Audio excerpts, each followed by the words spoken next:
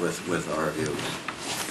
Let's go back to 2007, when we at McGill and within our firm got very concerned about the subprime, what was going on, and a potential crisis that might happen.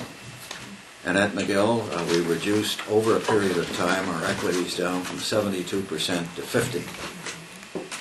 And that's where we stand right now, 50-50 when it comes down to equities. And that's why we're sitting down next week and we're talking about asset mix.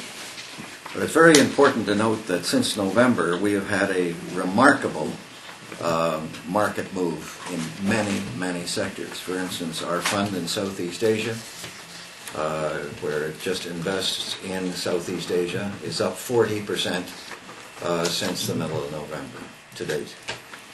It's getting to the point where some of the stocks of ours in that fund have not gone up 40%, they've gone up an awful lot higher than 40%. So our connections are beginning to cut back. And using the money to shift into special situations that have got some ridiculously low valuations and that are what I call special franchises in Southeast Asia, particularly on the consumer side. We have been underweight up until 3 weeks ago of approximately 20%, in some cases slightly more, in our portfolios, as I mentioned 2 weeks ago. Over the last 3 weeks, and too bad our friend is not here from Switzerland, but we started to gravitate back to Canadian banks, which we have been completely out of for the last 3 years. We had no American banks, no Canadian banks in our portfolios up until 3 weeks ago. And what we have seen, Royal Bank moved from 27 to 37, TD from 32.5 to almost 45. We've seen some huge increases, in the Canadian banks up until now. What I am noticing at this time, if you look at the Financial Times of today, and if you see what we've just been through the Bernstein strategy group this morning, and we are seeing the threat of inflation that they're talking about. Hans just mentioned what he thinks it's going to come sooner than later. And so you've got so many strategists at the crossroads. They don't know where to go this way, they don't know where to go that way. But what you're seeing is that your basic materials, energy, food, potash, many of these other companies that are in our portfolios, they're beginning to act extremely well. And also, Maureen was talking about the big profit falls. We've been very fortunate in Canada to see some spectacular earnings increases.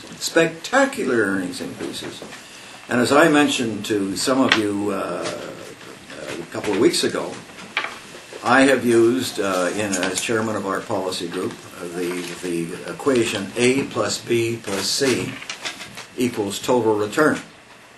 And I can see an A plus B plus C. A, growth, B, dividends, C, currency, equals total return.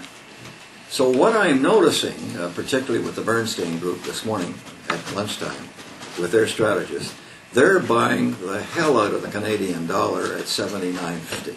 They think it's moving up possibly 85.90. Maureen was talking this morning to us, and she felt that 90 was at some time, with not par, was a good what I call lever to look at. The most important thing, as I mentioned over the last, the last 2 years, this is not a buy and hold strategy.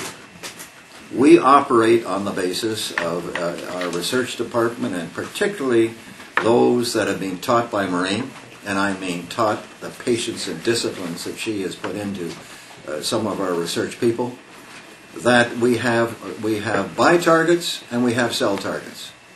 It is not a buy and hold strategy.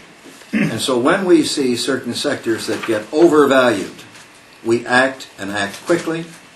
And I think it's very, very important that we also feel that having a strategy, a balanced strategy where dividends, where some of the highest quality corporate bonds, short-term bonds where we're getting 400, as Maureen said, 400 basis points higher than what you can get on government bonds.